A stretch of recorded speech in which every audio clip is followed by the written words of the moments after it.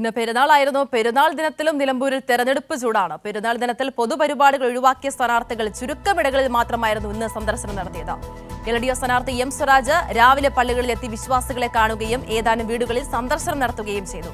അങ്ങനെ ആഘോഷങ്ങൾക്കിടയിലും തെരഞ്ഞെടുപ്പ് രംഗം സജീവമാകുന്ന കാഴ്ചയാണ് ഇന്ന് കണ്ടത്. വിവരങ്ങളുമായി നിലമ്പൂരിൽ നിന്നും PV കുട്ടൻ ചേരുന്നുണ്ട്. കുട്ടനെ സൂചിപ്പിച്ചതുപോലെ വളരെ സജീവമായി തന്നെ ഈ ഒരു ആഘോഷ ദിനത്തിലും തെരഞ്ഞെടുപ്പ് ചൂട് നിൽക്കുന്ന ഒരു സാഹചര്യം. എന്തായിരുന്നു ഇന്നത്തെ ഒരു പൊതുചിത്രം? കുട്ടൻ.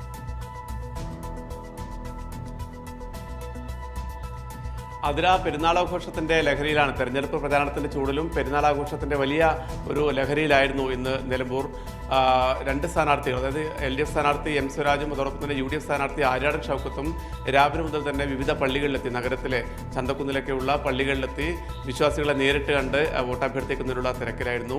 അതിനുശേഷം M സ്വരാജിന്റെ ജന്മദേശത്തെ സമീപത്തെ വീടിന് തൊട്ടടുത്തുള്ള വീടുകൾ, അതോടൊപ്പം തന്നെ മറ്റു ചില വീടുകളിലൊക്കെ കയറി വോട്ടഭ്യർത്ഥിച്ചിരുന്നു. വൈകിട്ട് ഇവിടെയുള്ള ഒരു ടൂറിസം കേന്ദ്രത്തിലെത്തി അവിടെ എത്തിയ ഈ പെരുന്നാൾ ആഘോഷിക്കാനെത്തിയ ആൾക്കാരോട് വോട്ടഭ്യർത്ഥിച്ചു.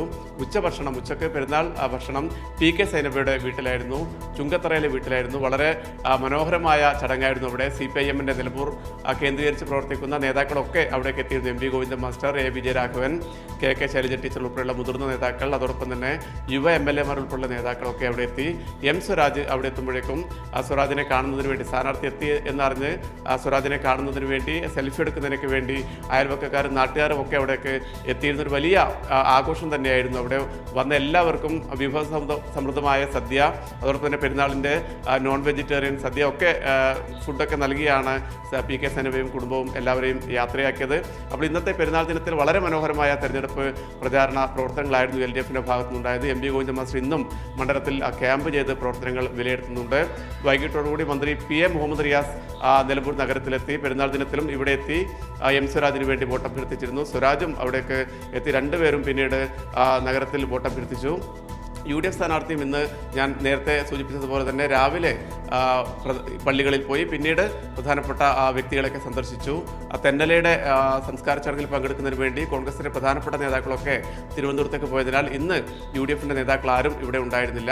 നാളെ പ്രചാരണ രംഗം വീണ്ടും സജീവമാകും. രണ്ട് സ്ഥാനാർത്ഥികളും നാളെ പൊതുപര്യടനം ഇന്ന് നിർത്തിവെച്ചിരുന്നു. നാളെ പൊതുപര്യടനം നടത്തും. LDF-ൻ്റെയും UDF-ൻ്റെയും പ്രധാന സംസ്ഥാന നേതാക്കളൊക്കെ വിവിധ യോഗങ്ങളിലും കുടുംബയോഗങ്ങളിലൊക്കെ പങ്കെടുക്കുന്നുണ്ട്. മന്ത്രിമാർ PA മുഹമ്മദ് റിയാസും OR കേളുവും നാളെ വിവിധ പരിപാടികളിൽ പങ്കെടുക്കുന്നുണ്ട്. ആതിര.